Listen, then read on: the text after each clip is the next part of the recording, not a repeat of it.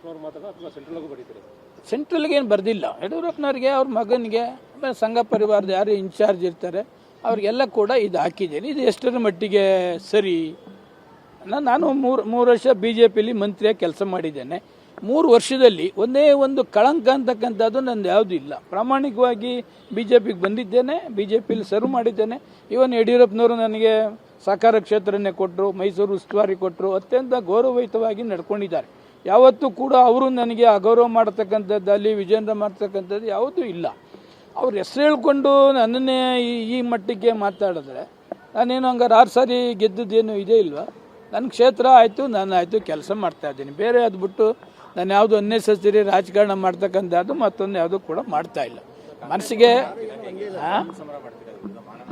ಇಲ್ಲ, ಸ್ಪೀಕರ್ ಅವ್ರಿಗೆ ಕೊಟ್ಟಿದ್ದೇನೆ, ಹಕ್ಕುಚ್ಯುತಿ ಕೊಟ್ಟಿದ್ದೇನೆ, ಅಡ್ವೊಕೇಟ್ಗೂ ಕೂಡ ಮಾತಾಡ್ತಾ ಇದ್ದೇನೆ. ಒಂದು 2-3 ಸಲ ಮಾಡೋಣ, ಚರ್ಚೆ ಮಾಡೋಣ ಅಂತಕ್ಕಂಥದ್ದು ಹೇಳಿದ್ದಾರೆ. ಕಾನೂನು ಏನೇನು ಇರ್ತದೆ ಇವರೆಲ್ಲ ಯಡಿಯೂರಪ್ಪನವರು ಅವರು ಏನು ಹೇಳ್ತಾರೆ ಮತ್ತೆ ಕೇಳ್ತೀನಿ.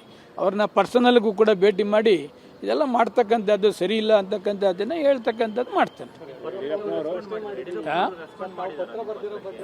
ಇಲ್ಲ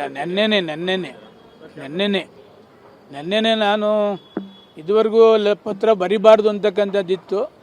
ಆದರೆ ನಮ್ಮ ಕ್ಷೇತ್ರದಲ್ಲಿ ತಪ್ಪು ಮೆಸೇಜ್ ಹೋಗಬಾರ್ದು ಅಂತಕ್ಕಂಥ ದೃಷ್ಟಿಯಿಂದ ನಾನೇ ಕುಳಿತು ಒಂದು ಡ್ರಾಫ್ಟ್ ರೆಡಿ ಮಾಡಿ ಅವ್ರಿಗೆ ಕಳಿಸಿದ್ದೇನೆ.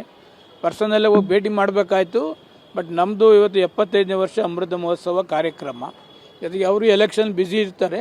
ಅವರ ಟೈಮ್ ಕೇಳಿ ನಾನೇ ಅವರಿಗೆ ಪರ್ಸನಲ್ಗೆ ಲೆಟ್ರನ್ನ ಕೊಡ್ತಕ್ಕಂಥದ್ದನ್ನು ಮಾಡಿ ಏನೆಲ್ಲ ಫ್ಯಾಕ್ಟ್ಸ್ ನಡೀತು ಅದನ್ನು ವಾಸ್ತವಾಂಶ ಅವ್ರ ಗಮನಕ್ಕೆ ತರ್ತಕ್ಕಂಥ ಕೆಲಸ ಮಾಡ್ತಾರೆ. ಆ ಥರ ಚಿಂತನೆಯನ್ನು ಮಾಡಲಿಲ್ಲ. ಈಗ